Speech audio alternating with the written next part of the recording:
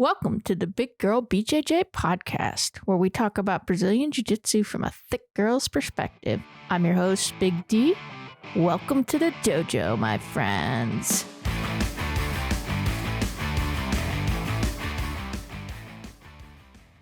Hey guys, welcome to my new podcast. Today we're going to talk about the Blue Belt Blues, otherwise known as hitting a plateau in your training. So when you first start jiu-jitsu as a white belt, you keep getting smash, but you're also learning at a fast rate, which keeps it fun. Eventually, you develop some things that you're good at and have some success. This usually starts to kick in during the late white belt and early blue belt stages, and this is fun too. Then, people begin to understand what you're good at and begin countering it, and you get locked into a stalemate with them. It feels like you're plateauing and not learning at as fast of a rate. This feeling is the Blue Belt Blues. So how do you get over it? The Blue Belt Blues. Start to develop a position that you are not as good at. When you work on a new position, the learning curve is steep and you will make a lot of progress, like when you were a white belt.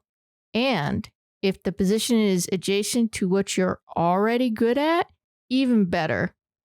So let's practice what you preach, Big D. Here's how I've been using this concept lately.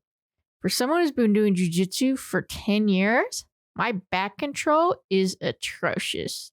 So I've been working in the back position for the last few months, and this is how I've incorporated it into my game.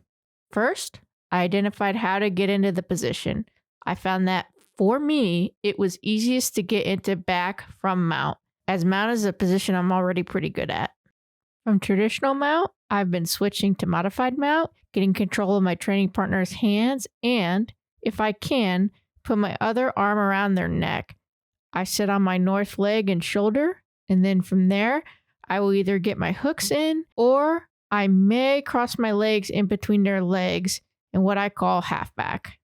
Once I got comfortable taking the back, I began focusing on controlling the position. I'm still working on this part a bit, and we'll let y'all know how it goes. Anyway, if I can establish good positional control, I will look for submission, bow and arrow chokes, rear naked chokes, and arm bars when they're trying to escape back to close guard are the submissions I'm having the best luck attempting right now. Let me know in the comments below if there are any other good submissions from the back that y'all like. One last thing. When you begin working on a new position or submission, you will feel like you're getting worse. People who you can usually beat may get the better of you because you're not used to the position. Stick with it. Slowly you will make progress, and a couple of new jiu-jitsu arrows will be in your quiver. This is how you push past a plateau and annihilate the Blue Belt Blues.